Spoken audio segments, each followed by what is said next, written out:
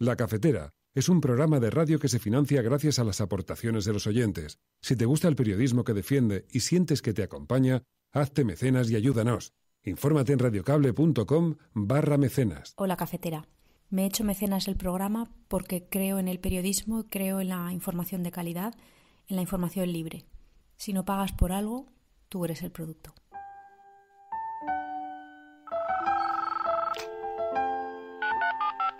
Son las 8:30 de la mañana. Las 7:30 en la Casa Museo de José Saramago, en Tías, Lanzarote. Buenos días, mundo.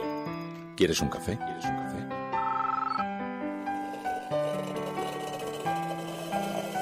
En el programa La Cafetera de Radio Cable. En una entrevista en Radio Cable. Durante 20 minutos en Radio Cable y dice todo lo que van a escuchar. Mañana en La Cafetera de Radio Cable. Radio Cable, que ha conseguido una auténtica primicia, ha entrevistado esta mañana y ha conseguido situar esa entrevista y lo que le ha dicho en los titulares de todos los digitales. La Cafetera. Dirige Fernando Berlín. Con María Navarro. Bueno, hay un término que puede ser malentendido, ¿no? Pero que es el que se utiliza en resolución de conflictos y en situaciones de estas, que es el héroe de la retirada, ¿no? Es decir, que aparte de la policía, el diálogo, etcétera, para que una organización terrorista acabe, pues tiene que surgir también desde dentro alguien que impulse ese abandono de la lucha armada, ¿no? Y en ese sentido yo creo que si hubo algún héroe de la retirada en el caso de ETA, fue Josep Tarrida. Y por tanto, que a un asesino de al menos 11 personas y 6 niños le diga un secretario general del Partido Socialista del País Vasco que es un héroe, a mí me causa tal indignación y tal vergüenza por parte del Partido Socialista que espero que o le hagan directamente pedir perdón por esas afirmaciones, o si no, el señor Pedro Sánchez no podrá una vez más jugar al equívoco de que el señor Otegi tenga que ver en su futuro gobierno como tuvo que ver en la moción de censura que le llevó a la Moncloa. Esto es inaceptable. En ese sentido, lo que hay es una cláusula de estilo que se dice que la entrega material se suspende hasta que tenga canceladas las responsabilidades extinguidas, las responsabilidades criminales en Francia. Pero también está la figura jurídica de la entrega temporal. ¿Qué quiere decir esto? Que no hay que esperar, y lo habéis visto en otras ocasiones, como en el caso Cherokee, que yo ahora recuerdo, para que se le pueda juzgar en España. ¿Cómo es posible que en 2 días se haya construido semejante ficción colectiva sobre el señor Rubalcaba y su obra? Rubalcaba fue, sin duda, un político astuto, brillante, hábil, complejo. Pero no derrotó a ETA. La derrotó el esfuerzo y el sacrificio de la policía y la Guardia Civil y los jueces y la sociedad española.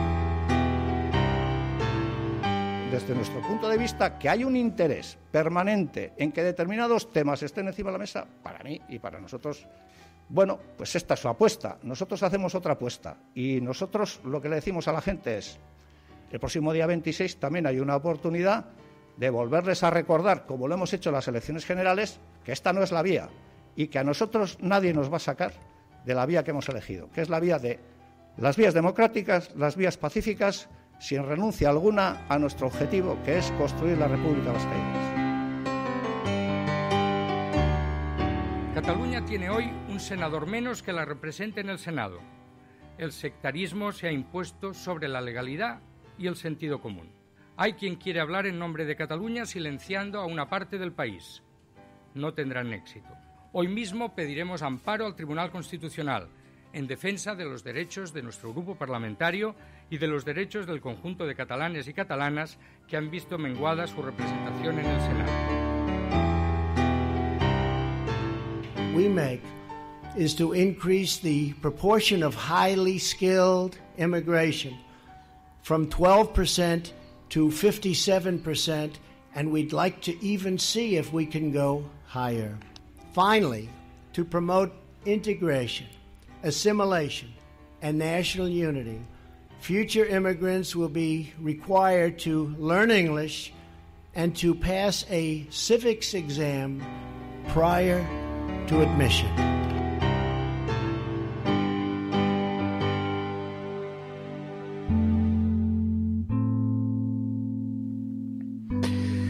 Buenos días, cafetera. ¿Qué es lo que ha llevado a Esquerra Republicana a poner tantos impedimentos al nombramiento de Miquel Iceta como senador? Tienen razón desde el independentismo catalán cuando dicen que si alguien quería ser senador debería haberse presentado en las listas del Senado. También tienen razón quienes dicen que ese puesto le correspondería en todo caso a Montilla, que ha tenido que renunciar a su acta para dejar paso a Iceta. Y también sabemos que parece un gesto de coherencia por parte de Esquerra preguntar primero por los presos antes de llegar a ningún pacto con Madrid. Pero en realidad estamos ante una victoria de la teatralización. Teatralización por parte del Ejecutivo, de Pedro Sánchez también. Ganaba sí o sí, ahora presenta una imagen de estar enfrentado al independentismo y no de estar aliado a él, como le acusa la derecha. Mientras que Esquerra Republicana también gana algo. Dentro de unos días se disputan las elecciones municipales y Esquerra sabe que sus votantes no verían con buenos ojos pactos con Madrid mientras sus compañeros de partido siguen en la cárcel. Así que todos contentos.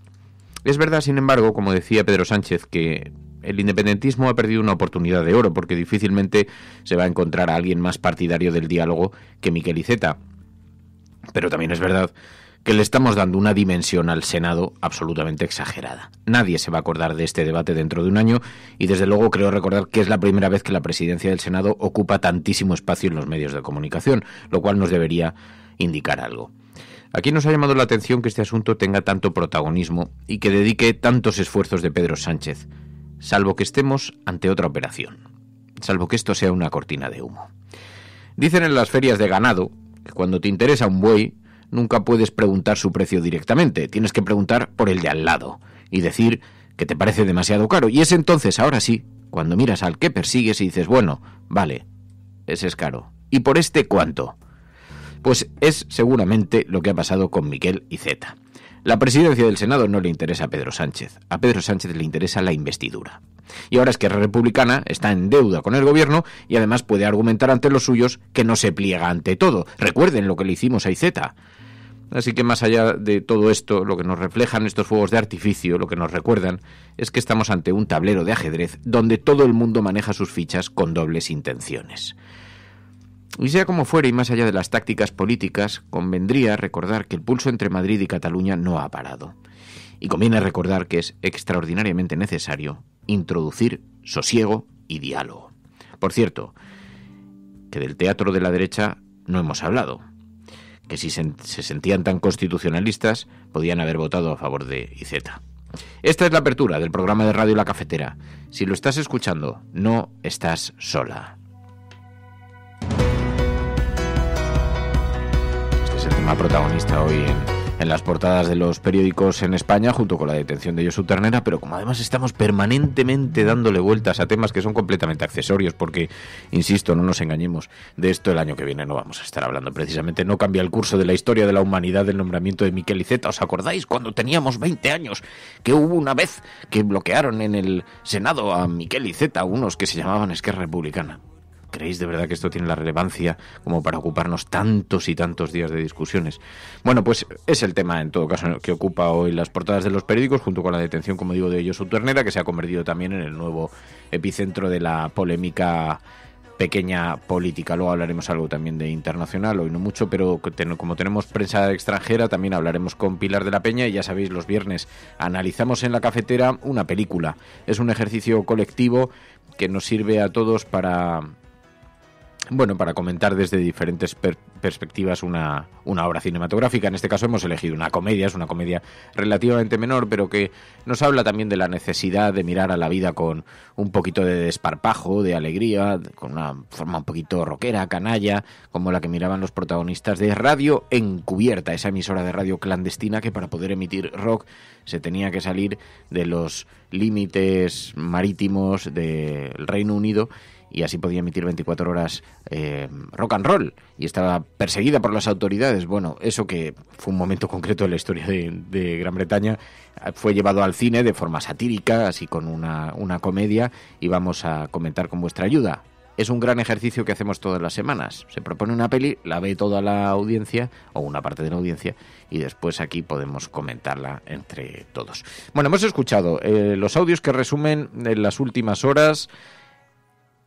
Hemos escuchado también un poco las reflexiones en torno a las portadas, ahora vamos a analizarlas y quiero que hablemos después, dentro de un rato, también con la plataforma de afectados por la hipoteca. Ha habido en España hay un grupo, una organización que se llama SIPA, Plataforma de Afectados por la Hipoteca, que ha estado siempre muy exigente con la política, con los políticos y también con los poderes públicos que desahucian a las personas que no pueden pagar sus alquileres o las letras de sus casas, y cuando interviene el ámbito judicial, pues la plataforma de afectados por la hipoteca se persona allí, les proporciona asesoramiento legal, les proporciona apoyo, ayuda moral también.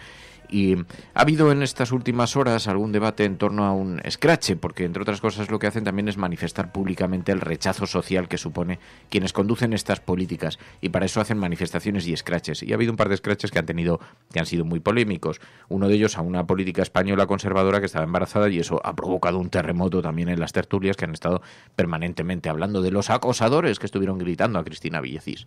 Bueno, el caso es que para comprender la naturaleza del problema de los desahucios que tantas veces deja a familias con niños, sí, de la mano en la calle, pues vamos a hablar con una abogada de la PA también a lo largo de esta mañana. Así que tenemos un montón de cosas de las que hablar y lo hacemos de la mano de María Navarro. Muy buenos días, María. Muy buenos días. ¿Qué tal estás? Bien, ya de viernes.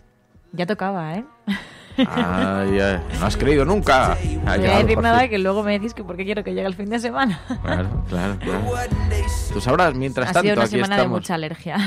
Sí, es que además están empezando las alergias por aquí. Ha tardado en llegar la primavera, pero cuando ha llegado la primavera ha llegado cargada de polen. Por cierto, creo que bajan las temperaturas, decían aquí. No sé vosotros en vuestros respectivos hogares, no sé cómo qué tal tiempo tenéis, porque claro, aquí nos escucha gente de todo el mundo y hay gente que nos está escuchando sumidos en pleno invierno, pero aquí es que hemos estado teniendo 30 grados y de pronto dicen que va a bajar a 10, sí, de golpe, en un nada, sin terrible. Y María Punto se iba a la playa, lo tenía que contar. Se va a la playa este fin de semana y le bajan 20 grados de temperatura, pero bueno seguro que no pasa nada. Ante las adversidades seremos más fuertes y resistiremos. Ante las adversidades, un abrigo de plumas. Artificiales. Bueno, muy buenos días, Alberto, David, Isabel Aceitunilla, Villasur, buenos días, Ayla, buenos días, Escolástica, buenos días, Mamen Páez, buenos días, Buscadora, buenos días, Llave, Ángel, David, un montón de gente que se incorpora a esta hora al programa y que nos ayudan con ese hashtag, almohadilla la cafetera encubierta. Almohadilla, la cafetera encubierta. Madre del amor, lo que me acaba de enviar Eliseo.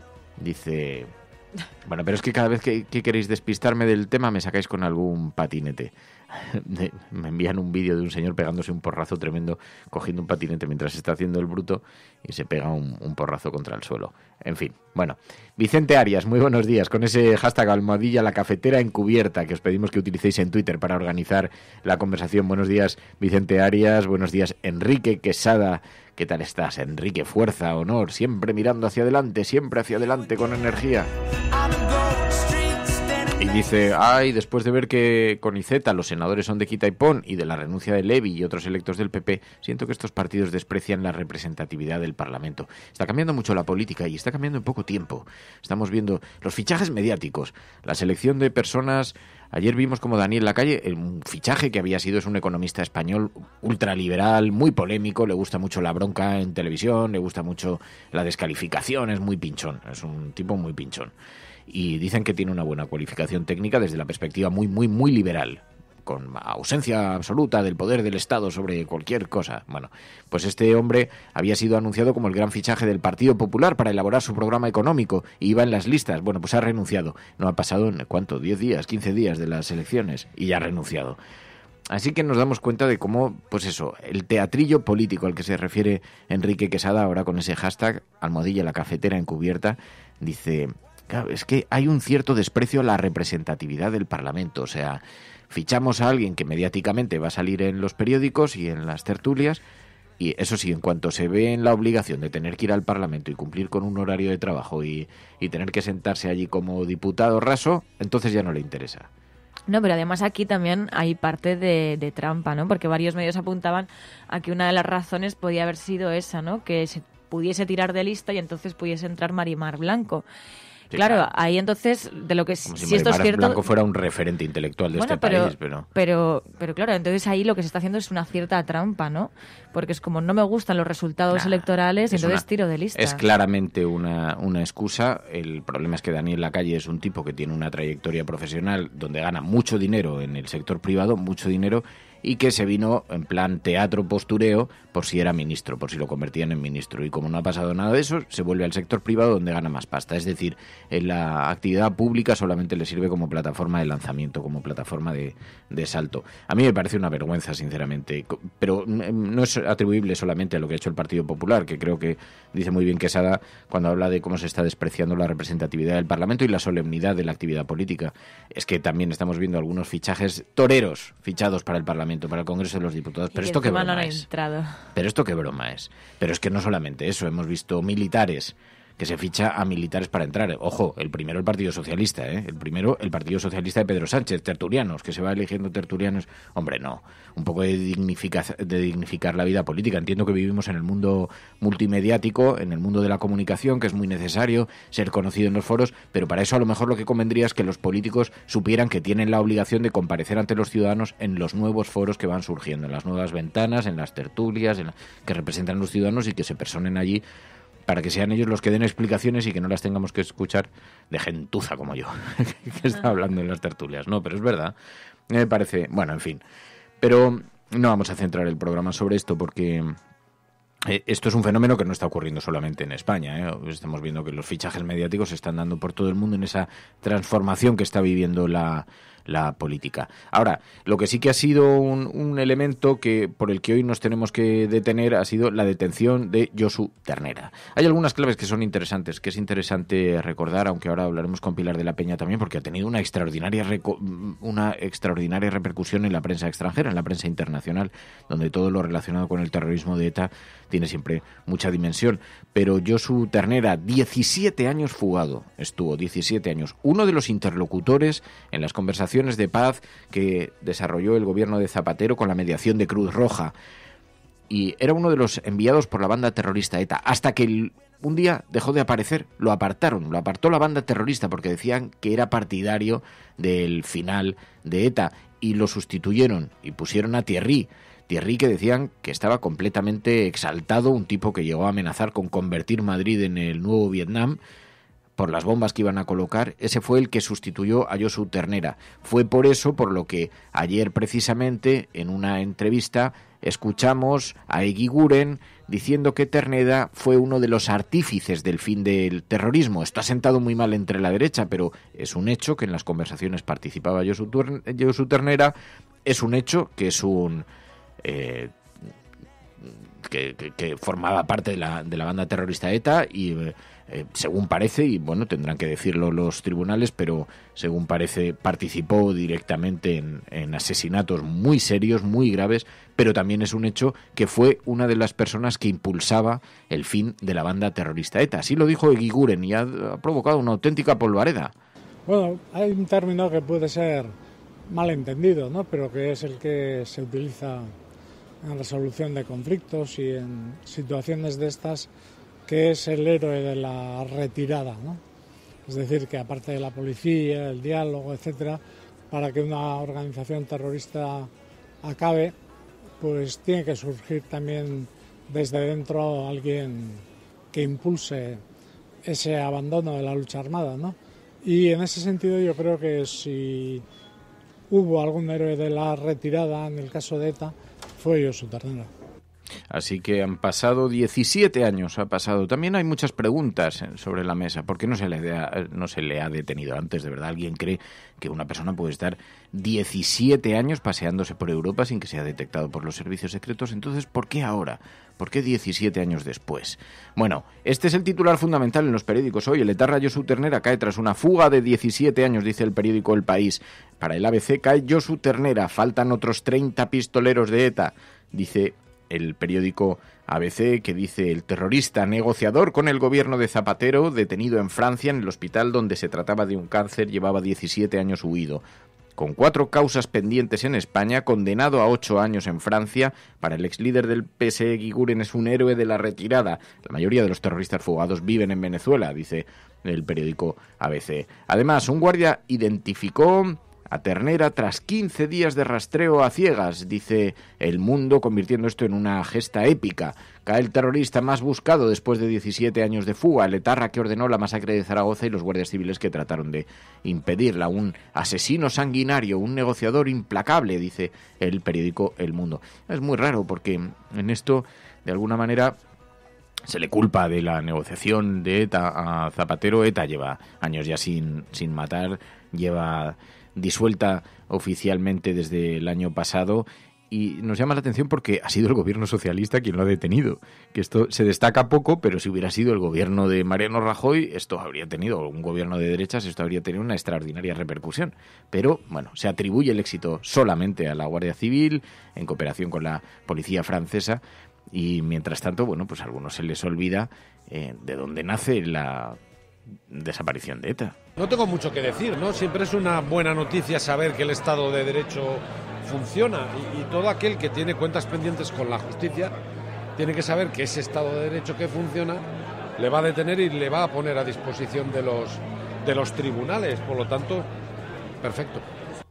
Eso decía Patxi López, del Partido Socialista de Euskadi. Y mientras tanto, la oposición, la derecha enfadada, exige al PSOE que obligue a Eguiguren a pedir perdón por esas palabras sobre Josu Ternera, cuando decía que había sido el que había facilitado, uno de los facilitadores del fin de ETA, ese héroe de la retirada. Y por tanto me da igual que estemos en campaña, que dé votos, no dé votos, yo estoy en política por las víctimas del terrorismo.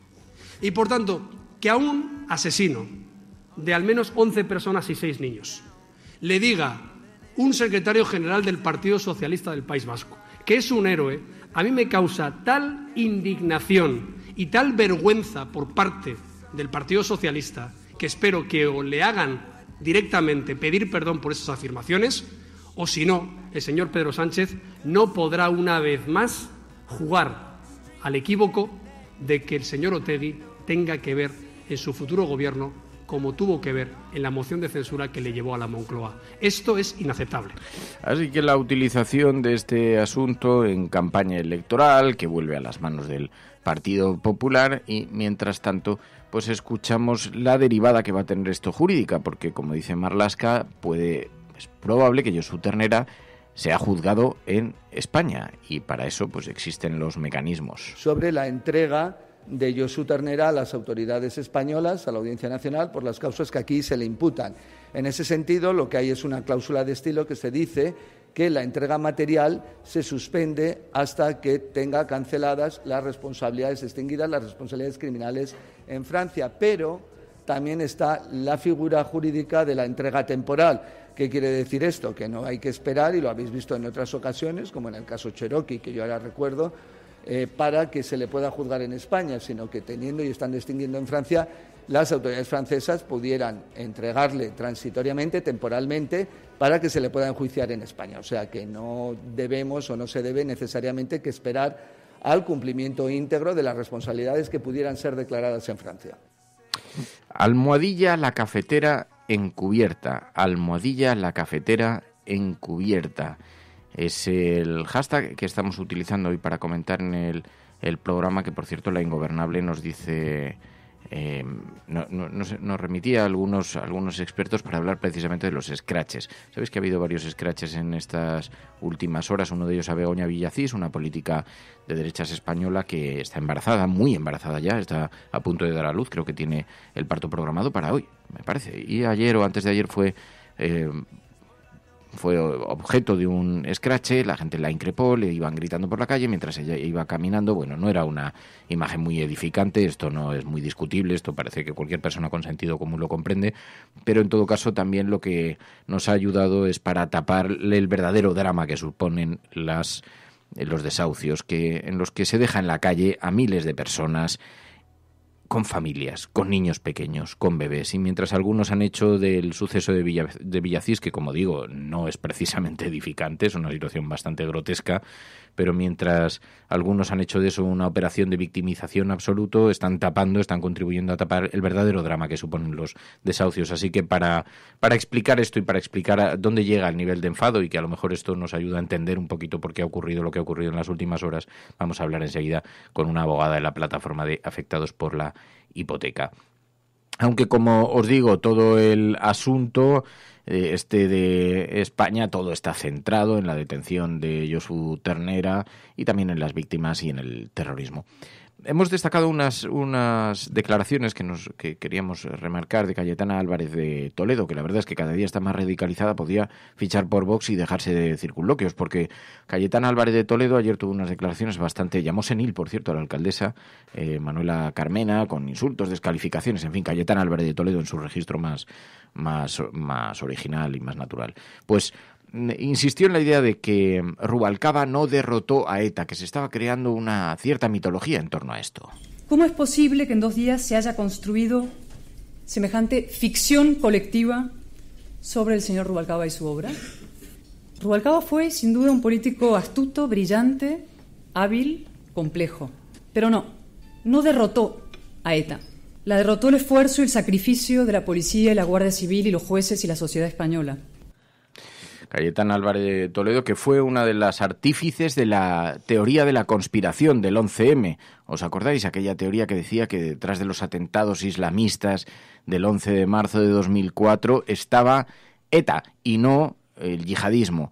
Cayetana Álvarez de Toledo, que contribuyó a airear esa tesis, a mantenerla, a defenderla, que contribuyó a extenderla en los medios de comunicación. Esta mujer, claro, una de las, digamos, de los más radicales dentro del Partido Popular, y que le parece que no se le puede atribuir méritos al Partido Socialista de haber acabado con ETA. Yo creo que aquí hay una hipocresía absolutamente salvaje. Hay un reconocimiento de que la ley de partidos, deberíamos reconocer que la ley de partidos de Aznar hizo mucho por el fin de ETA, limitó mucho las posibilidades tanto financieras como de repercusión social, como incluso de propaganda de ciertas visiones sobre el terrorismo, dificultó mucho su existencia, pero eso contribuyó al final de ETA, pero el final de ETA fue obra de la negociación con Zapatero y fue impulsada por el gobierno de Zapatero. Y en efecto, el papel de Pérez Rubalcaba hay que destacarlo, y el que no quiera entender eso, pues no comprende en qué términos se produjeron aquellas negociaciones y aquellas conversaciones.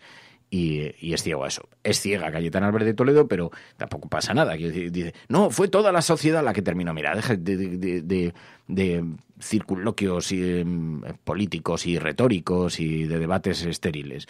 Aquí se produjeron varias operaciones que terminaron con ETA y varias circunstancias que encadenadas acabaron con la banda terrorista ETA.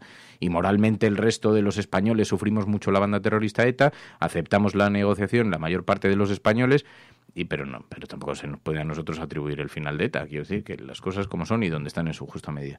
Porque a mí este debate siempre me cansa mucho. Pero ya está. Bueno, nada. Esto es La Cafetera. Only with love we can achieve peace. Oh, yes, I know it. The old will take the old wise away, and the winter will never forget. Only with love we can achieve peace. Oh, yes, I know it. Estamos comentando el programa con el hashtag La Cafetera Encubierta, que ahora vamos a hablar enseguida de esa película, así que os pedimos que nos ayudéis con el hashtag en Twitter, @La Cafetera Encubierta, donde están comentando Enrique Quesada, Néstor Solano, Alberto Cerón, Juan Alix, El Zagal, Marián Cordero, en fin, bueno, dice... Marian Cordero dice, mal hacer un escrache a una embarazadísima, obvio. Dice, pero desahuciar a personas, alguna estando embarazada o con bebés, es gravísimo. Y esto es hipocresía en estado puro.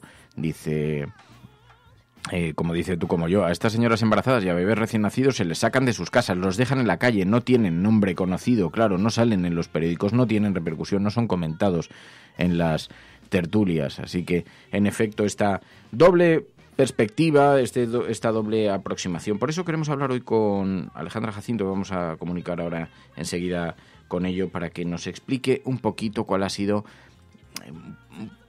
el armazón para explicar lo que ocurrió en estos scratches. Estás escuchando La Cafetera y si lo estás haciendo allí donde estés, no estás sola.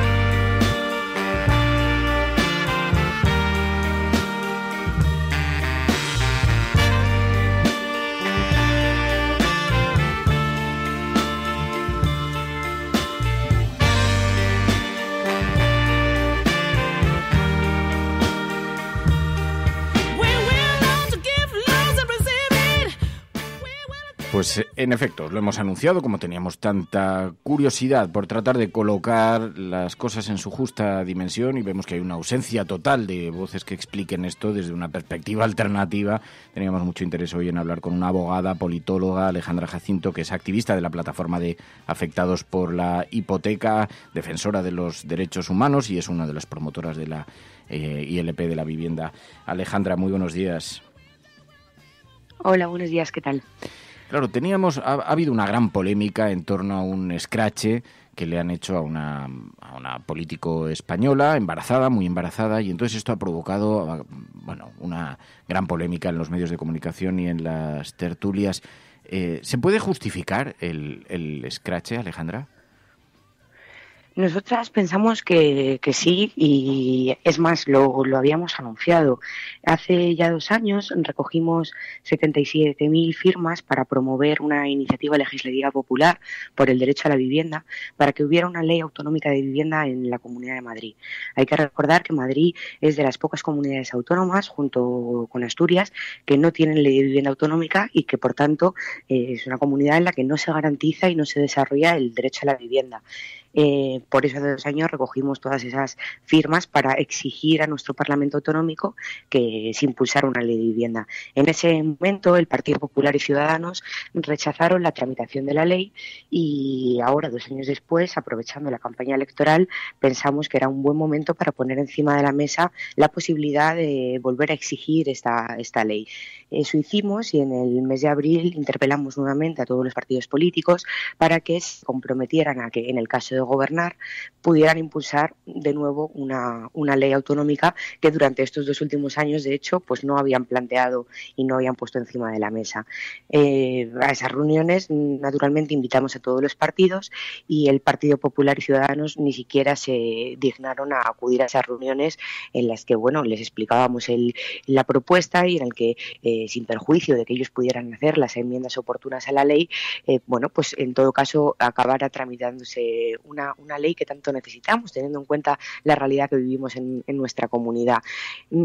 Anunciamos en ese momento que los partidos que se posicionaran en contra o que no acudieran a la firma de ese compromiso para que Madrid tuviera una ley de vivienda, pues serían señalados públicamente como partidos cómplices de que Madrid continuara siendo una ciudad, paradisíaca para los fondos buitre, los fondos especulativos, las subidas de los precios de los alquileres.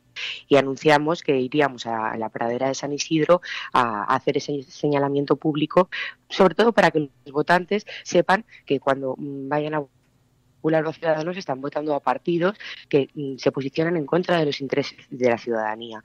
Acudimos allí y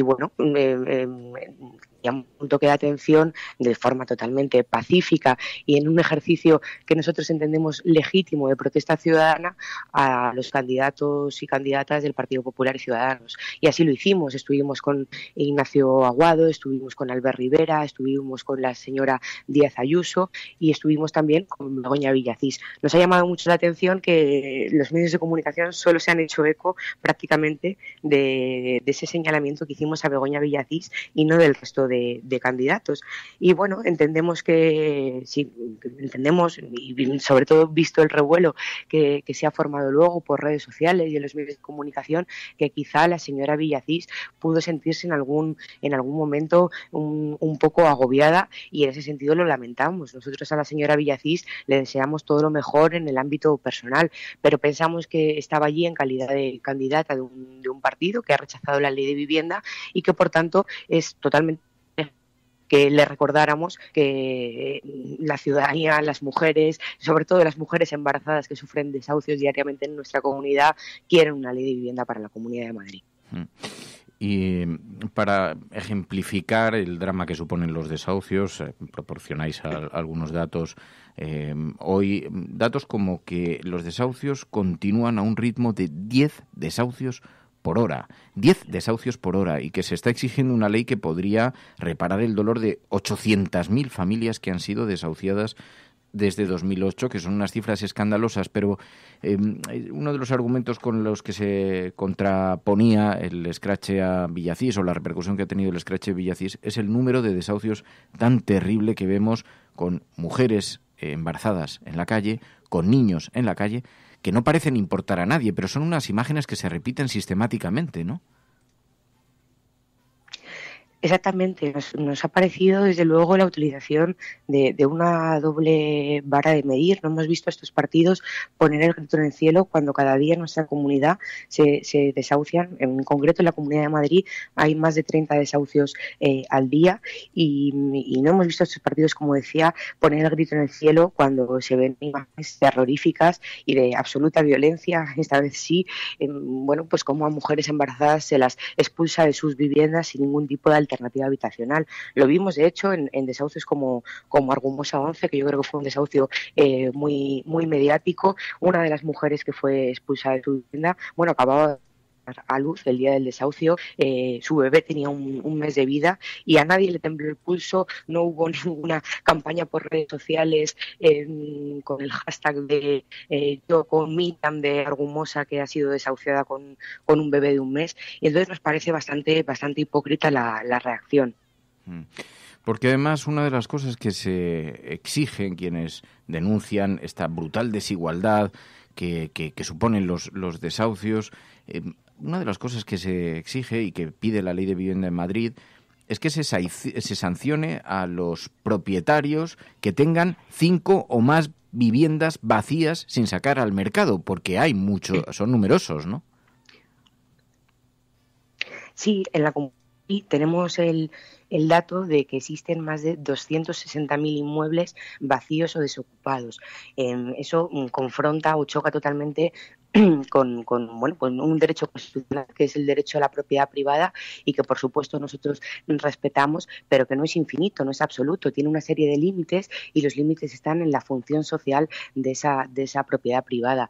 Nuestra ley recoge muchas medidas para, como decía al principio, garantizar el derecho a la vivienda. Bueno, la modificación del parque público de vivienda social para que no pueda ser vendido a los fondos buitre, como ha sucedido en la legislatura pasada, la reorganización de la Agencia de la Vivienda Social, que es el organismo actualmente encargado de adjudicar vivienda pública y que funciona de una forma totalmente opaca, y por supuesto medidas encaminadas a sancionar lo que nosotros denominamos usos antisociales de la propiedad privada, que es pues mantener viviendas vacías, más de 5 viviendas vacías encerradas a cal y canto, como forma también de provocar la especulación inmobiliaria, que hemos visto que efectivamente está sucediendo. Están subiendo los precios de los alquileres y ese tipo de conductas en una sociedad democrática pensamos que deben ser como mínimo controladas y disuadidas, y las medidas disuasorias que nosotros planteamos es sancionar económicamente a esos grandes tenedores de vivienda utilizan esas malas prácticas, y esos incluso sancionarles hasta el punto de que su vivienda, esas viviendas vacías cerradas en manos de fondos buitre, puedan ser cedidas, pues puede ser cedido su uso para que formen parte del parque de vivienda pública y social. Son medidas constitucionales que ya están avaladas por el Tribunal Constitucional en otras comunidades como en Euskadi, en Navarra, en Valencia y en otras comunidades autónomas. Ayer algunas de las voces más críticas con este escrache, con estos escraches, decían, bueno, pero es que se están dirigiendo no contra quienes gobiernan la ciudad, sino contra la oposición. ¿Por qué no escraches a Manuela Carmena?, decían. Claro, yo creo que quizá no entendieron nada de la campaña que estábamos planteando. Nosotros estamos exigiendo una ley autonómica de vivienda porque la Comunidad de Madrid es la que tiene exclusiva en materia de vivienda. De ahí que interpeláramos a todos los partidos capacidad de gobierno en la Comunidad Autónoma de Madrid y, insisto, los dos partidos que se negaron en rotundo, ya no solo ahora, sino también en el año 2017, es decir, por segunda vez a legislar en pos del derecho a la vivienda, fueron el Partido Popular y Ciudadanos. Sobre la supuesta condescendencia que hemos podido tener con, por ejemplo, Manuela Carmena, bueno, yo creo que cualquier persona que haya hecho seguimiento de la actividad de la plataforma de afectados por la hipoteca estos últimos 4 años, por ejemplo, que ha sido el gobierno de Manuela Carmena, ha podido ver cómo hemos sido uno de los colectivos, yo creo que más críticos, la ineficaz política de Manuela Carmena en materia de vivienda, y la hemos señalado también en muchas ocasiones. Mismamente el año pasado hicimos también un señalamiento, un escrache a Manuela Carmena en la pradera de San Isidro. Ayer hubo otro también por la falta de soluciones habitacionales que ha habido para las vecinas Argumosa 11. Lo que sucede es que el día 15 de mayo nos queríamos centrar en la Ley Autonómica de Vivienda y por eso señalamos al Partido Popular y a Ciudadanos. También conviene recordar que la Audiencia de Madrid sentenció que los escraches son un mecanismo ordinario de participación democrática de la sociedad civil y una expresión del pluralismo de los ciudadanos. Es una cuestión incluso que ha sido judicializada en ocasiones, más allá de la en fin, de lo que podamos opinar cada uno sobre el escrache a Begoña Villacís. Lo que sí que vemos es que hay un problema terrible y una desidia absoluta. Fue. Perdón. Perdona. No. Así fue. Nosotros en el año 2013 iniciamos también una campaña de scratches a raíz de que el Partido Popular tumbara en el Congreso una iniciativa legislativa popular, esta vez a nivel estatal, que exigía medidas básicas para la ciudadanía, como es la dación en pago o el alquiler social. Y en aquel entonces hicimos una campaña de scratches que efectivamente luego hubo una serie de denuncias y una serie de acusaciones gravísimas, yo creo que casi más graves que las que vivimos ayer, y acabaron con acabó con unas sentencias favorables de la Audiencia Provincial que reconocía nuestro derecho a la protesta pacífica y efectivamente a considerar el escrache como un medio ordinario de participación política, que es lo que pensamos que es, y que en todo caso, siempre y cuando hay ausencia de violencia, como hemos hecho siempre, como sucedió en aquel entonces, en el año 2013, e incluso podemos apreciar en las imágenes de la playa de San Isidro, pues yo creo que está más que justificado, sobre todo teniendo en cuenta que allí los políticos que había, pues lo estaban en su calidad de políticos representantes, candidatos a partidos políticos, incluida la señora Villacís. No fuimos ni a casa de la señora Villacís ni invadimos, digamos, su espacio íntimo y en un momento dado. Fuimos a interpelarla como candidata de un partido y ella estaba allí como candidata de un partido político que es Ciudadano. No estaba dando un paseo por ejemplo, con su pareja como una ciudadana normal. Pues Alejandra, te agradecemos muchísimo de corazón. Alejandra Jacinto, abogada, politóloga, activista de la plataforma de afectados por la hipoteca. Te agradecemos muchísimo que hayas atendido esta llamada. Conocíamos una perspectiva que ha sido la que han estado contando las tertulias en las últimas horas y queríamos saber exactamente cuáles eran las razones que habían movido a los afectados por la hipoteca para manifestarse de esta manera. Alejandra, muchísimas gracias. Muchas gracias a ti.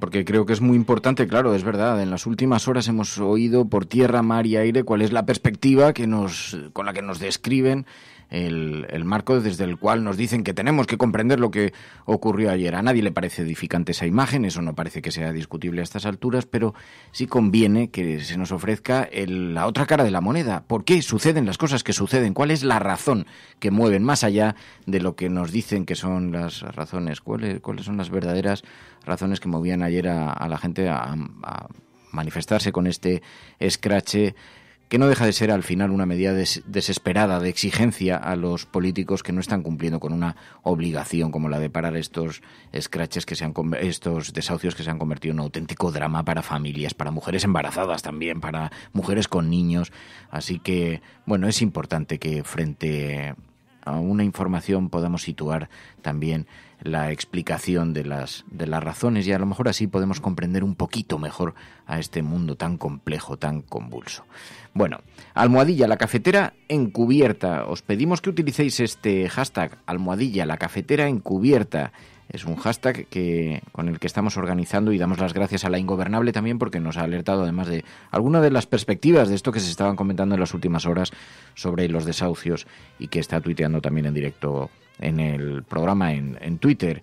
Y luego es muy recomendable hoy un hilo de Estefan Grueso, porque ayer publicó un tuit aludiendo precisamente a los desahucios, al drama de los desahucios, y recibió un aluvión de insultos porque decían que estaba justificando el escrache a Begoña Villacís, que esto es uno de los efectos que tiene también la política moderna y el análisis moderno y televisado de los debates, que es que parece que no cabe lugar, no ya a la disidencia, a la explicación, no cabe lugar a tratar de entender qué es lo que está ocurriendo, porque enseguida uno está tachado de delincuente, poco menos, ¿no? Entonces no vale el discurso, tienes que estar en el discurso de lo...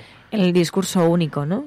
Y no hay lugar a debate, ni... También aludíais mucho, utilizando el hashtag, a cómo se ha puesto el foco en el escrache y no en la esencia, que es la del desahucio, ¿no? La de un problema que sigue habiendo en este país, y en concreto en una comunidad como la Comunidad de Madrid. Y luego también algo que me parece interesante, que además apuntaba Estefan Grueso en este hilo de Twitter, que decía: nadie quiere participar en un escrache. Las personas que protestan preferirían estar con sus familias o disfrutando de su tiempo libre, pero entienden que tienen que hacerlo. Un escrache es la acción más controlada que existe. Tiene comienzo, tiene final y tiene reglas. Si hay violencia, no es un escrache. Así que, bueno, por lo menos que sepamos por qué suceden las cosas, por qué se producen las cosas, cuáles son las razones que mueven a las personas a hacer lo que hacen, y que también entendamos que no se puede ofrecer una versión simplificada y para niños de las cosas que ocurren, porque a veces las lecturas nos obligan a profundizar un poquito más. Así que esa era la intención del programa. Oye, nos queda Prensa Internacional y Radio Encubierta. Radio Encubierta, ¿la habéis visto? Oye, si no la habéis visto, da igual que la comentemos en el programa, la tenéis que ver, porque es una película con la que nos conecta mucho, que también presenta una batalla además contra los moralistas, los bienpensantes, los aburridos, los que siempre quieren tener la razón, los que, en fin... Iba a decir una cosa de pinchaglobos, pero no voy a decir.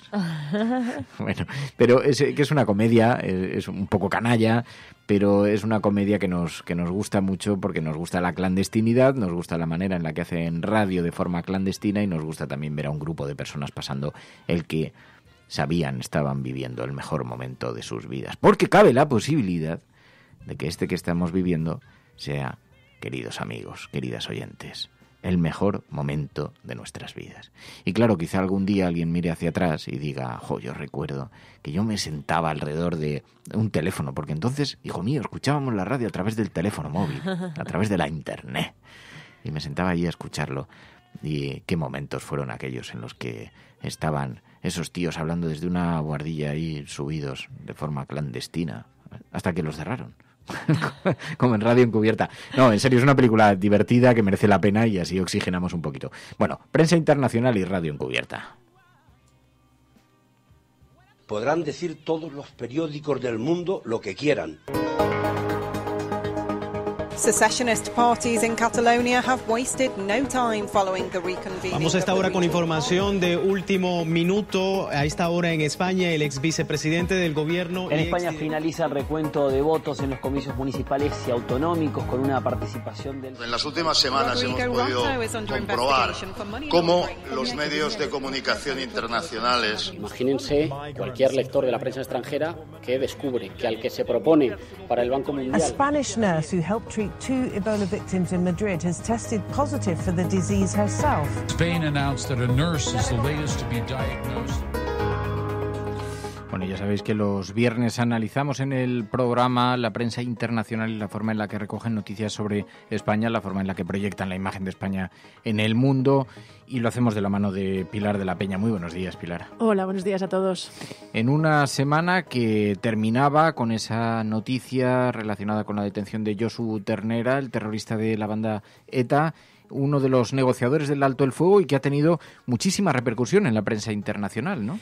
Sí, cuando se ha conocido la noticia de su arresto en Francia, prácticamente todos los grandes medios internacionales lo han recogido, lo han destacado, señalando distintos aspectos, ¿no? Los medios franceses, por ejemplo, explicaban que la orden de arresto se produce después de que un tribunal francés condenara a Josu Ternera a 8 años de cárcel por pertenencia a banda terrorista en Francia, y aunque digamos la sentencia es de 2017, ahora es cuando, en base a esa orden de arresto, es lo que motiva la detención. Otros medios, los británicos sobre todo, pues señalaban que se trataba de una figura histórica, de una figura, un exdirigente inmensamente influyente, que era, por ejemplo, la expresión que utilizaba The Guardian, que una de las personalidades que, digamos, había marcado la banda en los años 80, pero también se fijaban mucho y destacaban mucho el hecho de que fuera persona que, digamos, negoció el alto el fuego, fue uno de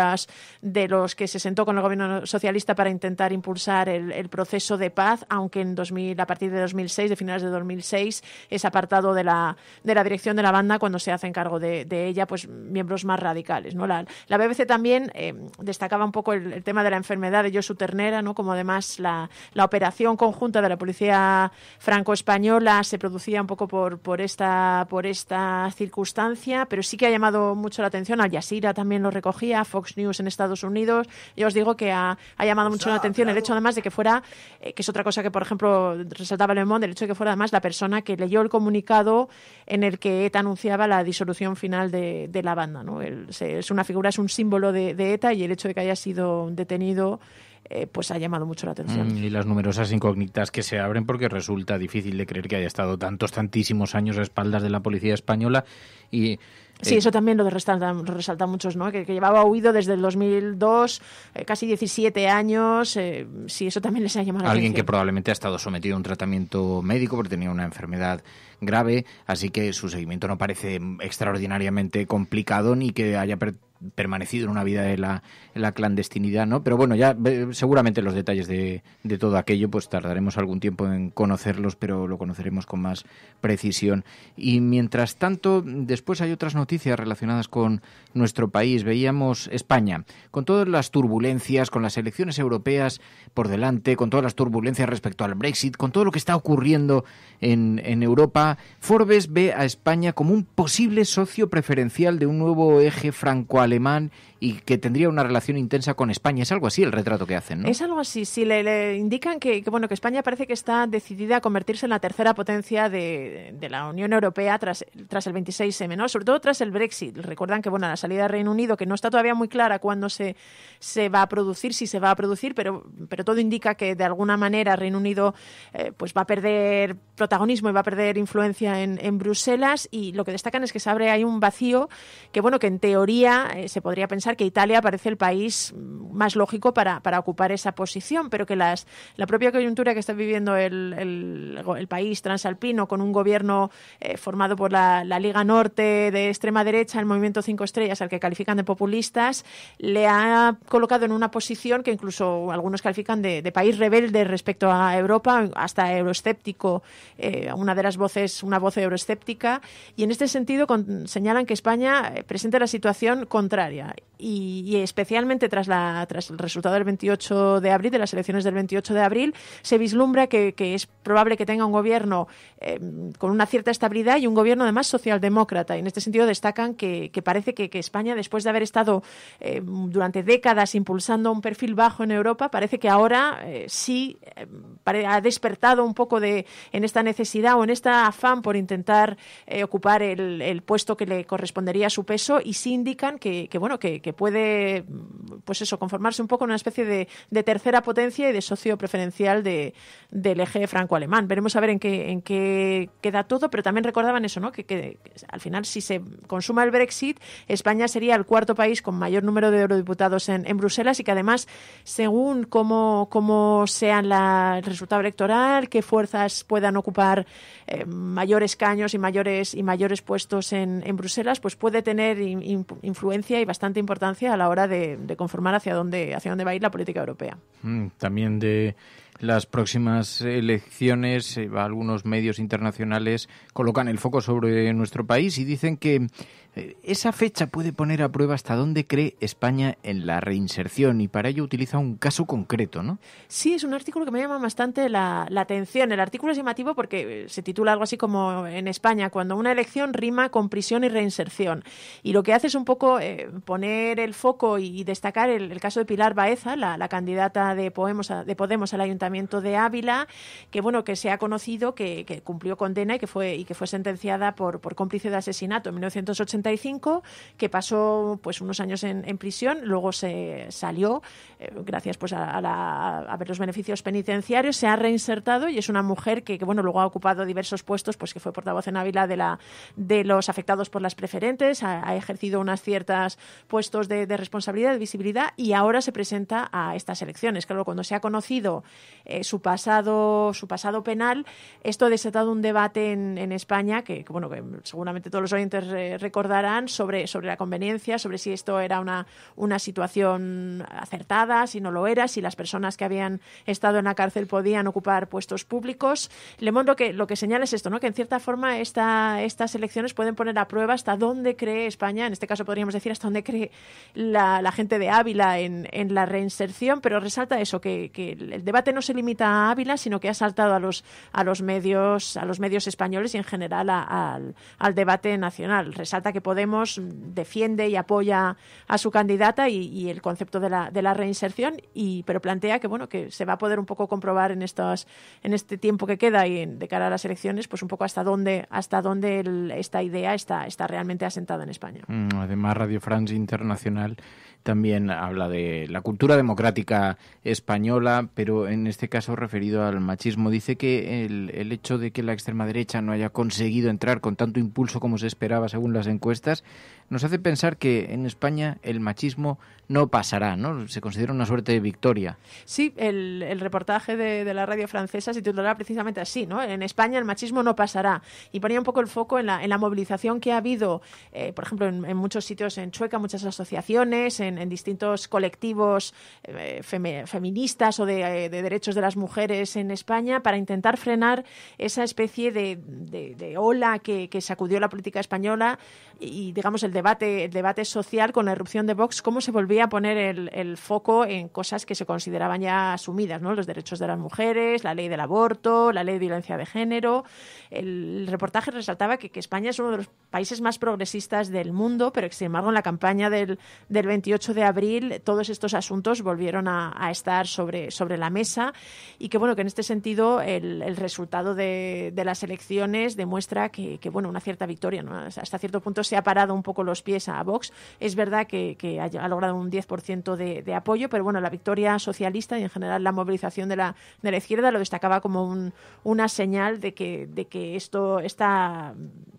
Digamos, esta primera batalla se había medio ganado. Se señalaba también que el 26 de mayo hay otras elecciones en España, aunque apuntaba que la campaña se notaba que el resultado de las generales estaba influyendo en por lo menos en los tonos, y que incluso en las formaciones, digamos, de centro derecha estaban intentando volver a ocupar el espacio más de centro que de derecha.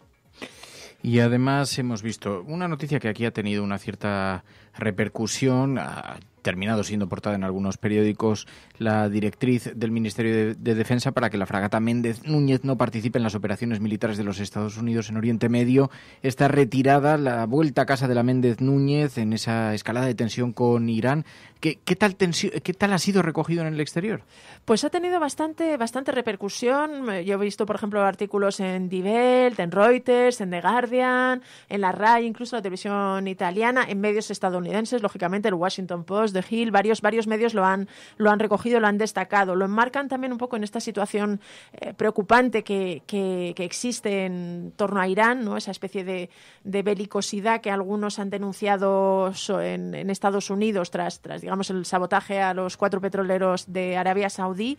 Y, por ejemplo, el Die Welt, el diario alemán, destacaba que su ex embajador en Washington señalaba que precisamente esto, ¿no? Que se veía belicosidad por parte de Estados Unidos, pues el hecho de que hubieran enviado un grupo de combate y que, claro, España se había en este sentido alineado con las posiciones europeas. En general, la mayor parte de los medios lo que enfatiza es que la retirada del barco español, que además era prácticamente el único barco no estadounidense en ese grupo de combate, lo que evidencia es las diferencias diplomáticas que existen entre Europa y Estados Unidos con respecto a Irán, con respecto a la política a seguir con Irán. Es verdad que desde que Donald Trump se retiró del tratado nuclear con Irán que había firmado Barack Obama, el asunto en concreto de lo que pasa con Irán es un punto de fricción entre las dos partes, y ahora pues se puede producir otra situación de tensión. Hay bastante preocupación, incluso los medios británicos, ¿no? The Times destacaba que existe el temor a que Estados Unidos se vea un poco arrastrado a una guerra, incluso aunque no lo esté deseando, y que haya un conflicto con Irán por esta reacción un poco vehemente que ha tenido el gobierno estadounidense. ¿Hay valoraciones exactamente sobre lo que ha hecho España? Porque aquí se ha interpretado como una deslealtad para con nuestros aliados norteamericanos, a pesar del temor que hay a que Donald Trump, que no parece precisamente una persona emocionalmente muy estable, pues imprevisible, que dijo el Ministerio de Defensa. En fin, no sé si se considera como tal deslealtad, que es la palabra que ha utilizado aquí la prensa española. Yo no he visto así en los grandes medios. Es probable que en algún medio local estadounidense o en los más de derechas alguien haya hecho esa lectura, pero así en general no se ha visto, no se ha mirado como una deslealtad. Ya os digo que se ha destacado que la Méndez Núñez era uno de los pocos barcos no americanos y, digamos, extranjeros que estaba en ese grupo de combate, y en este sentido sí que se ha interpretado la decisión del gobierno español, del Ministerio de Defensa, como una alineación con las posturas europeas, que en este sentido ven con preocupación lo que está pasando en el Golfo Pérsico, ¿no? Había un artículo del Washington Post, por ejemplo, que decía Donald Trump estaba intentando aislar a Irán y lo que ha conseguido es parecer el mar aislado él mismo, ¿no? Es decir, la postura de Estados Unidos ha sido además señalada, ya os digo, por aliados clásicos de Estados Unidos como Reino Unido, que no ve claro lo que la política estadounidense en el Golfo, y sobre todo de cara a Irán.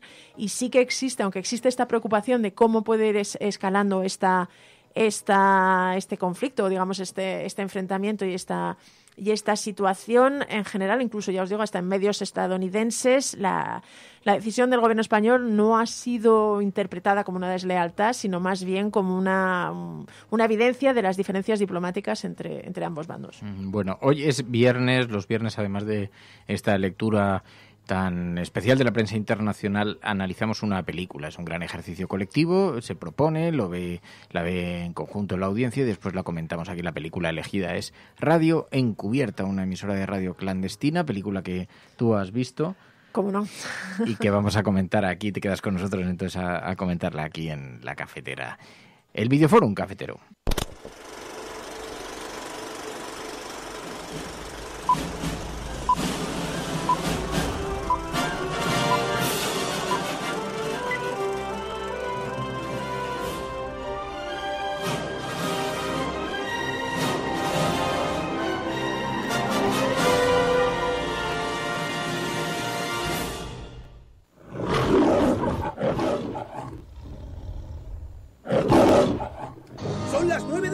los memos del planeta zanganean en zapatillas bebiendo un jerez, pero nos gusta rock and rollear y estamos listos para dejarnos llevar por el ritmo rabioso del rock. Escucha Radio Rock y yo soy el conde buscando a los que se esconden para la cuenta atrás, hacia el éxtasis, para rockear todo el día y, como no, toda la noche.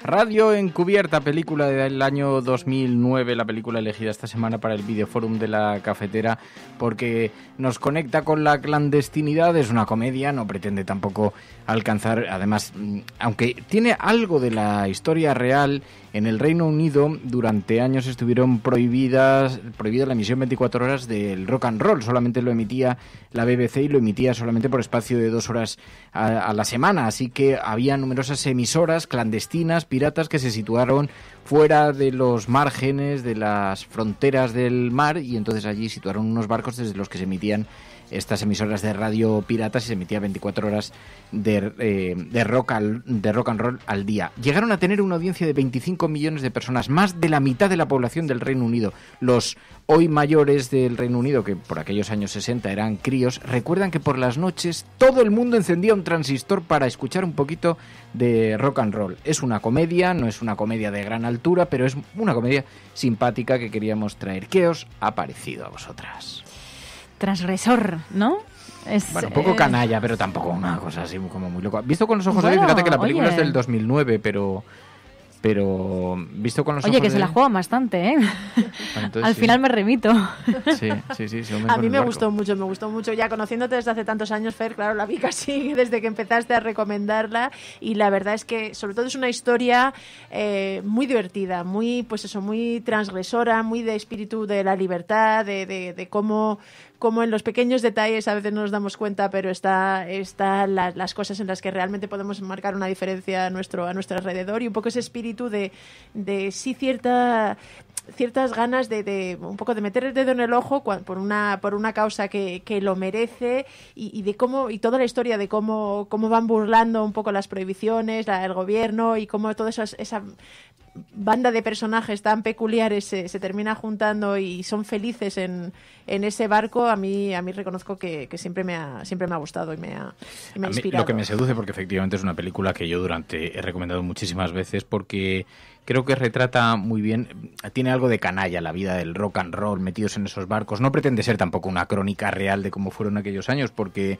es más bien una fábula, y sobre todo es un recordatorio un poco nostálgico, donde toda la vida del rock and roll pues lo llevan a lo que recordaríamos que pudo ser aquella etapa, ¿no? Toda muy mitificada, pero un poco canalla, pero a la vez tierna, y vemos algunas situaciones que se dan en el barco, que aunque son todos, pues eso, unos auténticos canallas traidores que se roban las novias unos a otros, viven en un ambiente, el de los años 60, con la moralidad de los años 60, con la visión masculina de los años 60, había quien decía, una película un poco machista, claro, retrata un momento dentro de que ellos eran extraordinariamente transgresores, pero en un mundo en el que era el mundo era el que era en los años 60. Era una de las grandes transgresiones también, claro. Sí. Y entonces con esa parte de desenfado, pero también de mirar a la vida de manera desenfadada, de romper los tabús, de luchar contra las convenciones, contra los bienpensantes, contra los conservadores británicos que intentaban prohibir esas emisoras y prohibir el rock and roll, esa cosa tan inmoral e indecente, ¿no? Y yo creo que además, pensando en la parte tierna de la que hablas,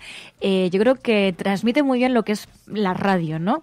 Que te permite, pues de manera clandestina, estés donde estés, incluso en el baño, ¿no? Te puede dar muy buena compañía. A mí me gusta mucho que contarme, María.es. No, pero hay muchas imágenes. Me encanta Dios mío, ha dicho corte de baño. A mí me encantan las imágenes. No somos nada transgresores. No. Me gustan mucho las imágenes en las que cada persona, ¿no? Cada oyente está en un sitio escuchándolo. Entonces ves pues, la esencia de la radio, ¿no? Que te acompaña, vayas donde vayas y estés en la situación que estés triste, estés alegre, estés haciendo tus necesidades o no estés haciéndolas. Claro. Pero sí, yo creo que transmite muy bien esa esencia de acompañamiento en la clandestinidad. Me encanta. Inevitablemente hay paralelismos, y obviamente queríamos transmitir los paralelismos a lo que es la vida, no solamente en la radio, sino en las radios clandestinas, pero nos gusta mucho el paralelismo ese, pero sobre todo la esencia que dice María, ¿no? Cada oyente de la radio tiene un mundo, un universo y lo escucha en diferentes circunstancias. Ahora probablemente habrá oyentes que estén escuchando este programa, pues eso, unos con un pequeño auricular colocado por la noche tumbados en su apartamento en Estrasburgo, otros estarán caminando por la calle o montando en bicicleta, otros estarán yendo de compras o en el trabajo de forma clandestina, y así se forma esa gran comunidad de oyentes que compone la radio. Claro, en aquel momento era muy transgresor, decían cosas muy salvajes por la radio, hablaban de follar, hablaban de sexo, hablaban de cosas que entonces, pues en la sociedad bien pensante de los años 60 y con un gobierno conservador británico luchando con fuerza, batallando para prohibir las emisoras, pues resultaban muy inconvenientes y les proporcionaba problemas. Adelante. Señor, han pasado 2 semanas y, por desgracia, no he sido capaz de encontrar ninguna fisura. Qué lástima. Ya es hora de que se dedique a otra cosa, como su padre. Pero lo que sí he encontrado es una soga. Tengo aquí un informe, según el cual la semana pasada no se oyó la llamada de socorro de un barco pesquero porque Radio Rock bloqueaba su frecuencia de radio. Esos hombres iban a morir y nadie podía salvarlos por culpa de ese rock and roll pornográfico. Creo, señor, que tenemos el arma homicida. Excelente trabajo. ¿Los pescadores murieron? No, señor. Qué lástima. Además, creo haber descubierto un modo de subir al barco para una investigación más profunda. Muy bien, Julai. Gracias, señor. Tenemos las manos en sus testículos. Y me gusta la sensación. Aquí en la versión traducida, en la versión en español, le han otorgado un carácter casi cómico al censor, que en realidad en la versión en versión original tiene un tono mucho más radical, casi hitleriano, casi nazi, así. Pero bueno, aquí le han dado un aspecto mucho más cómico, dentro de que es una comedia, ¿no? Pero es verdad, un grupo de personas, de censores, decidieron que aquello era inmoral y que entonces había que prohibirlo y había que perseguir a esas emisoras clandestinas que emitían radio pirata desde las costas. Y iniciaron toda una campaña de asedio. Pero a mí lo que más me gusta, porque luego también pensábamos, ¿qué podemos extraer como para un videoforum, como para comentar aquí en la cafetera? A mí hay un par de aspectos que me parecen muy interesantes. Primero, la vitalidad de esa mirada canalla sobre la vida, la vitalidad que están reivindicando frente a los enfadados, frente a los tristes, frente a los bien pensantes, que muy aburridos en esa cena. Hay una escena maravillosa que están haciendo una cena de Navidad en casa de ese ministro que tan serio y tan aburrido, y entonces dicen, vamos a tener emociones fuertes, y reparten un petardito y lo explotan y hace la mujer ¡ay, qué disgusto! Y entonces frente a eso, pues una forma de mirar la vida divertida, sin prejuicios, y eso me gusta mucho, desenfadada, completamente desenfadada. Esa me parece que es una buena lección a extraer y algo sobre lo que podemos pivotar. Y luego hay una parte que me parece muy interesante, la conciencia que tenían, o que plasman en la película, porque es ficción dentro de que la historia de fondo puede ser real, pero la conciencia que tenían de que estaban viviendo el mejor momento de sus vidas, que hay un momento de la película que luego escucharemos donde hacen esa reflexión, ¿no? Entonces me gusta mucho ese despertar, y que también conectaba mucho con la audiencia, que decían, es un momento especial, esa transgresión, ¿no? Y esa parte me gusta mucho, ¿no? Pero a mí me llama la atención la película es de 2009, me parece que has dicho, ¿no? Pero la historia tiene lugar en 1966, que realmente, aunque María decía que no, digo, a mí me parece que es casi antes de ayer, y llama la atención, además, que es anterior a la época de Thatcher, de Margaret Thatcher en Inglaterra, en Reino Unido, que es como la gran revolución conservadora de que vivió el país, ¿no? Y sin embargo ya está ahí esa semilla, porque hay una parte del gobierno, de la sociedad británica, que ve esta juventud rebelde y toda esta, ve ahí como la semilla del mal. Es llamativo porque al final esas radios llegaban a 25 millones de oyentes. La mitad de la población británica. Entonces lo que indica es eso, ¿no? Como al final ese modo de pensar estaba ahí, luego se ha sofocado bastante porque los años de Thatcher fueron bastante duros en ese aspecto, pero ese era también el Reino Unido que existía, ¿no? Que de hecho fue la cuna del rock y un poco la cuna de esa especie de modo de vida o de filosofía un poco canalla, ¿no? Los Rolling, los Beatles, todos son británicos y decía Pilar, antes de que empezásemos a hablar sobre esto, nos decía, Y el caso es que además yo reconozco un poco esa sociedad. O sea, soy capaz de ver, aquí en Semana Santa solamente se ponían en las emisoras de radio solamente música religiosa. Sí, y esto no hace tanto tiempo. No, es que por eso estaba ahí y es que estabas escuchando la radio y era el bom, bom, bom, y no se podía escuchar ninguna otra canción. Por eso que a mí no me parece tan lejano y me sorprende que eso ahora parece realmente anacrónico y sin embargo... Lo que pasa es que, claro, no parece tan lejano, pero años 60 ha pasado un porrón de años. O sea, si luego te pones a contabilizar con los dedos, sale mucho más. Lo que pasa es que han pasado bastantes años, pero a mí lo que me preocupa de ver esta película, y yo creo que es un poco de lo que tendríamos que aprender al ver esta película, es hacernos la pregunta de qué pasaría si esto se hiciese ahora mismo. Y yo creo que aún a día de hoy Claro, aún a día de hoy habría que preguntarse por qué hay cosas que todavía no hemos superado.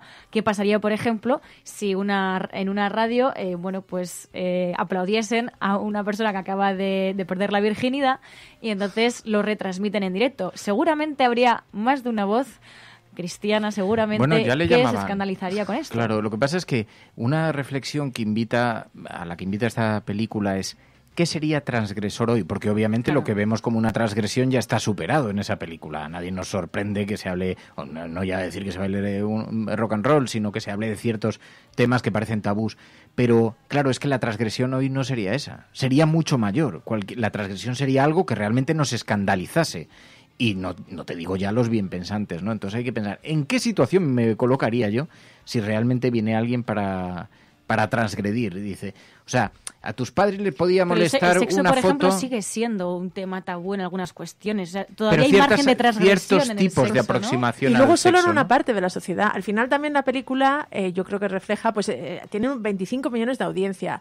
Bueno, voy a hacer un spoiler, pero al final de la película vienen todos los oyentes a rescatarle, vienen tropecientos barcos a echarles una mano. Al final es verdad que mucha gente es consciente de que eso no es transgresor. Es decir, al final, entonces habría que pensar en lo que tú dices, que hay que una parte de la población considera tan transgresor y otra, digamos que lo asimila, incluso se sube a ese barco, ¿no? Nunca mejor Bueno, porque dicho. una lección que también transmite la película es que el gobierno lo considere transgresor, o que una parte de las élites que tienen capacidad de comunicación, de propaganda, lo considere transgresor, no lo convierte socialmente en transgresor. Claro. Habría cosas que a lo mejor nos parecen que actualmente son cosas que no se pueden citar. Esto lo supo ver muy bien Zapatero, por ejemplo, con el matrimonio homosexual. Las élites en aquel momento, las élites, digamos, informativas, editoriales, los que tenían algún tipo de escenario, de altavoz o de propaganda, no estaban inclinados sobre el matrimonio homosexual, pero la sociedad sí, ¿no? Por ejemplo. Y entonces supo ver que España iba por un lado y que pues quienes tenían los altavoces pues a lo mejor caminaban en dirección contraria. Pero yo me pregunto muchas veces eso, ¿cuál sería la transgresión de nuestros días? ¿Y qué es lo que será observado en el futuro? ¿Cómo podía ser criticable aquello, ¿no? Y eso. Bueno, pero en efecto, claro, una de las cosas tenía que ver con el lenguaje que se empleaba en estos programas. Queridos camaradas, tengo malas noticias. Nuestro mandamás ha decretado que la palabra que empieza por F es muy atrevida y por el momento, aunque nuestras ansias de libertad hayan perecido de forma trágica, los Hollies siguen con vida. Gracias. No sé por qué lo has hecho. Solo iba a decir follar una vez. Y lo iba a decir de forma insignificante. No hay follar, pequeño, que no pueda follarnos a todos. Disculpe, señoría. Sí, Harold. Te has dejado abierto el micro del estudio. Lo había hecho intencionadamente. Claro, Nosotros no decimos follar en antena. ¿En antena? Hoy sí, pero normalmente no. Desgraciadamente decimos follar solamente en antena. Este era un chiste barato, por supuesto, sí. No pretendía con eso. Pero luego, oye, a los oyentes les ha gustado... Cuidado con Fer, que se desata hoy. Amigo, si no has creído nunca. No has creído nunca. Hola, es la 1:30 de la mañana y acabamos de ver Radio Encubierta. Mi madre me obligó. La verdad es que no empecé con muchas ganas, pero me encantó. La música, la ambientación, los personajes... Parece increíble que no estuviera permitido en las emisoras y solo se pudiera escuchar 45 minutos de música. Hay un spoiler. Como decía un cartel de uno de los barcos que fue a rescatarlos, os escuchamos. Un beso, Resistencia. Claro, es una caricatura también de cómo fue la vida un poco desprendida, disoluta de los rockeros de los años 70 y de los años 60. Pero claro, yo veo a Iñaki de la Torre, vamos a llamar a Iñaki de la Torre. Yo veo a Iñaki de la Torre y lleva esa vida, o llevó esa vida. Eran así los rockeros, no en los 60, porque Iñaki de la Torre es más jovencico, pero la lleva actualmente, la ha llevado hasta hace poco. Pobre Iñaki. Ahora ha sentado la cabeza. Sí. No, pero la verdad es que la película sí que es una especie de declaración de amor al rock y a la radio, ¿no? Es un ejercicio como de nostalgia, un poquito así caricaturizado. Sí. Es verdad que luego los personajes son muy peculiares, pero es verdad que esos locutores de radio que vivían la música, que intentaban además transmitir a sus oyentes esa pasión por cada pequeña novedad o cada pequeño matiz que descubrieran en una canción, tenían ese poder de realmente llegar a mucha gente, ¿no? Y lo que decíamos, cómo la gente pues se reunía para escuchar la emisora, ya fuera en su dormitorio, ya fuera con sus amigas, pensando que estaban realmente transgrediendo o fumándose un cigarrillo. Todas esas imágenes es verdad que tienen mucho poder y evocan muchas imágenes en pues eso de momentos vividos. Buenos días, amigos.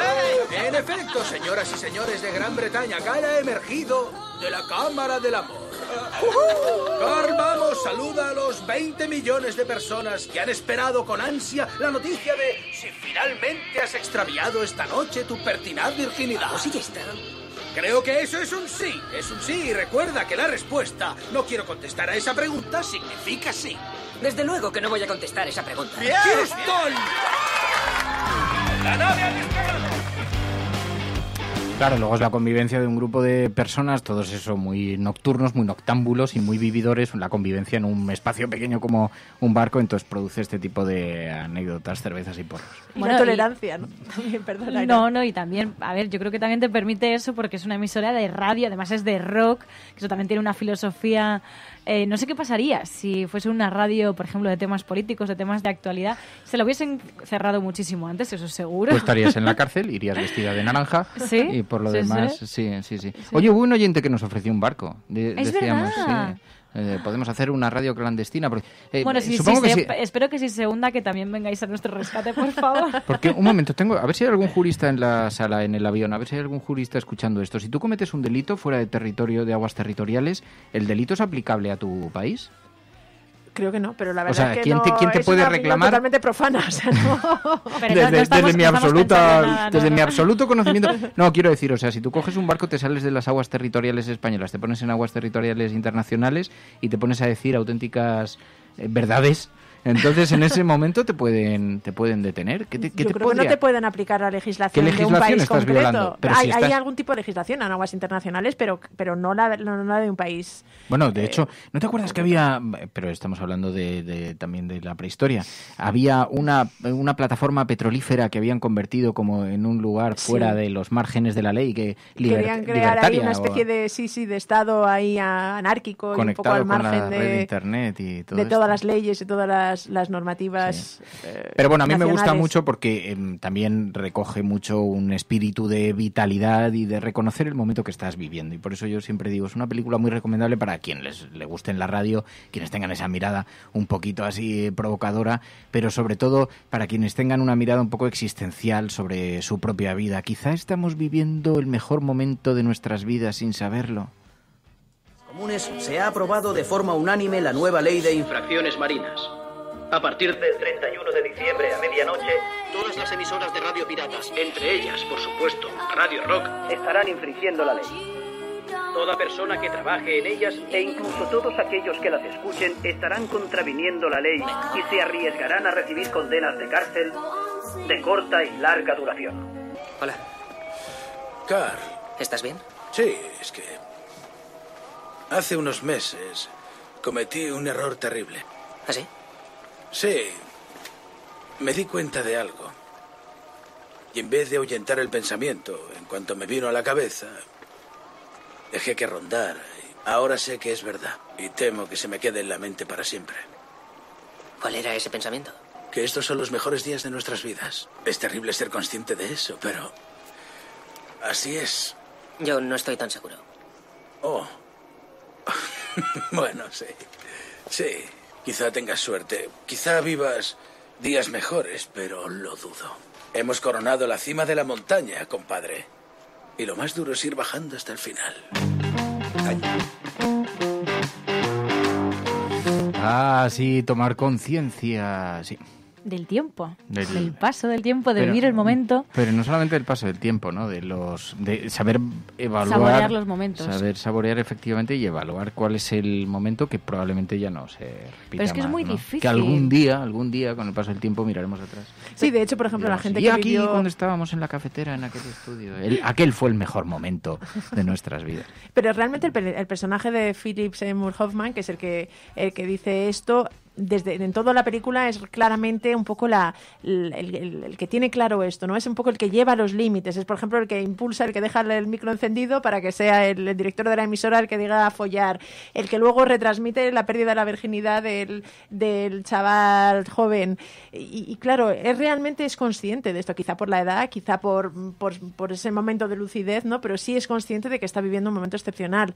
¿Cuáles han sido los momentos excepcionales que hayamos podido vivir? Hombre, yo recuerdo cuando el 15M sí que había gente que señalaba esto es un momento yo tuve realmente... en el 15M, un día recuerdo perfectamente yendo hacia Sol, la conciencia de que aquel momento era irrepetible.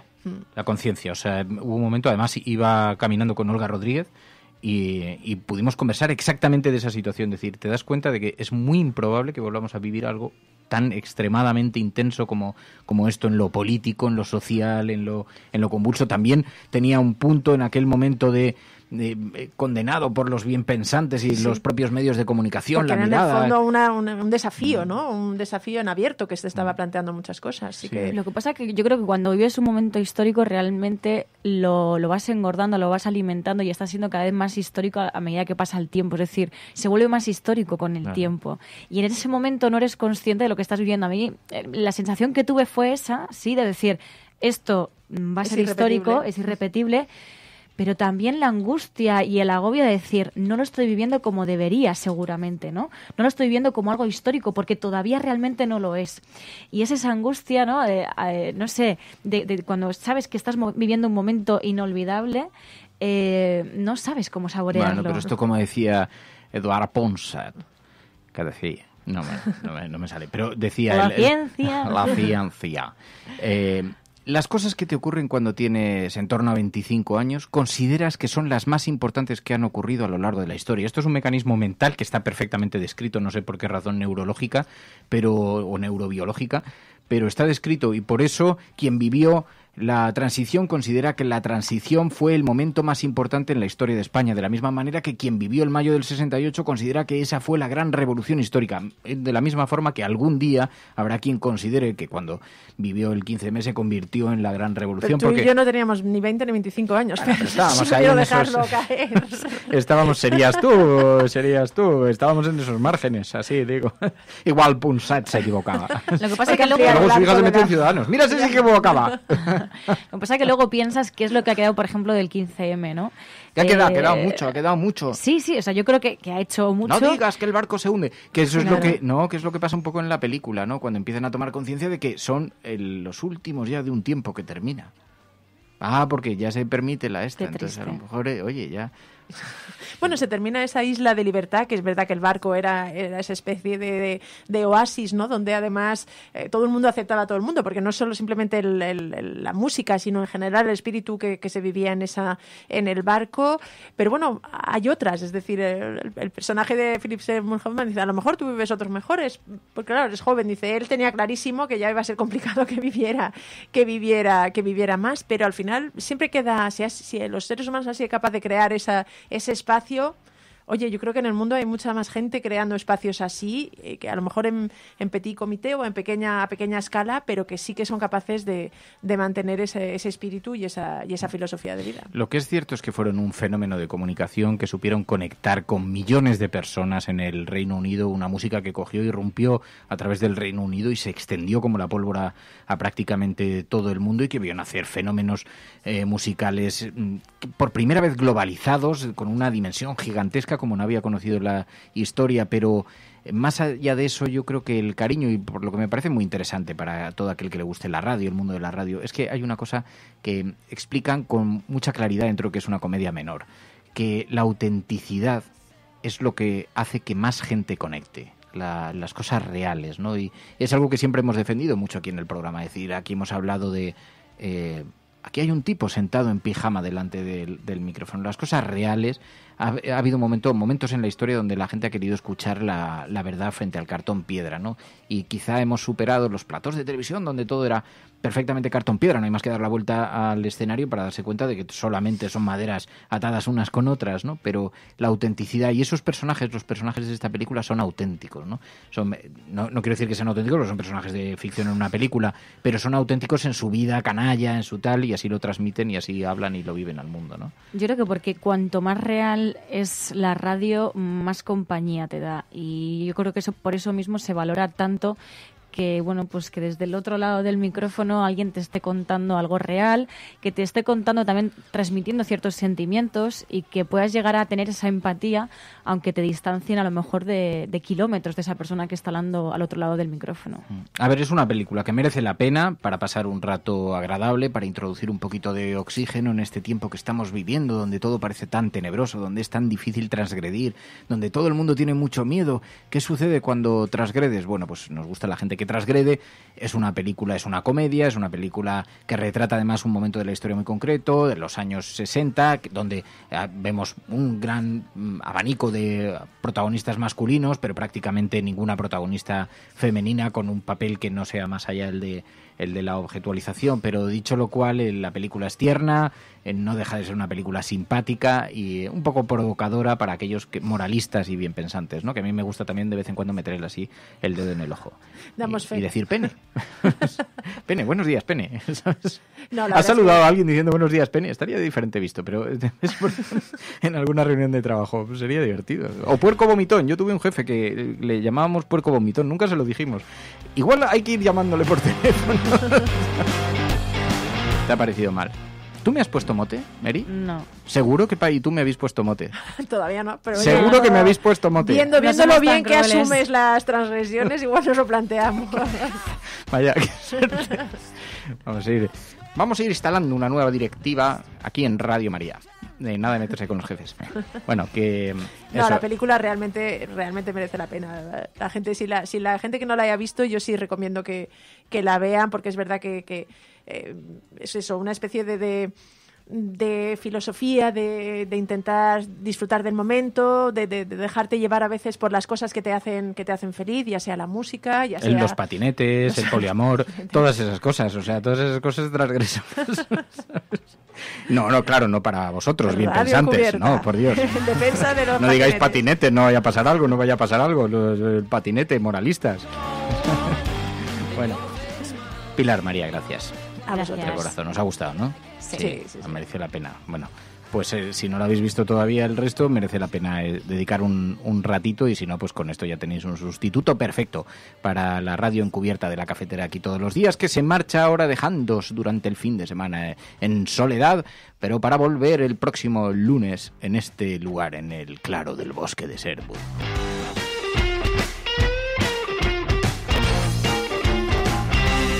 Así que si estás escuchando esto, ya lo sabes, eres la Resistencia y no estás sola allí donde estés. Buenos días, buenas tardes o buenas noches. Adiós, cafetera. La Cafetera es un programa de radio que se financia gracias a las aportaciones de los oyentes. Si te gusta el periodismo que defiende y sientes que te acompaña, hazte mecenas y ayúdanos. Infórmate en radiocable.com/mecenas.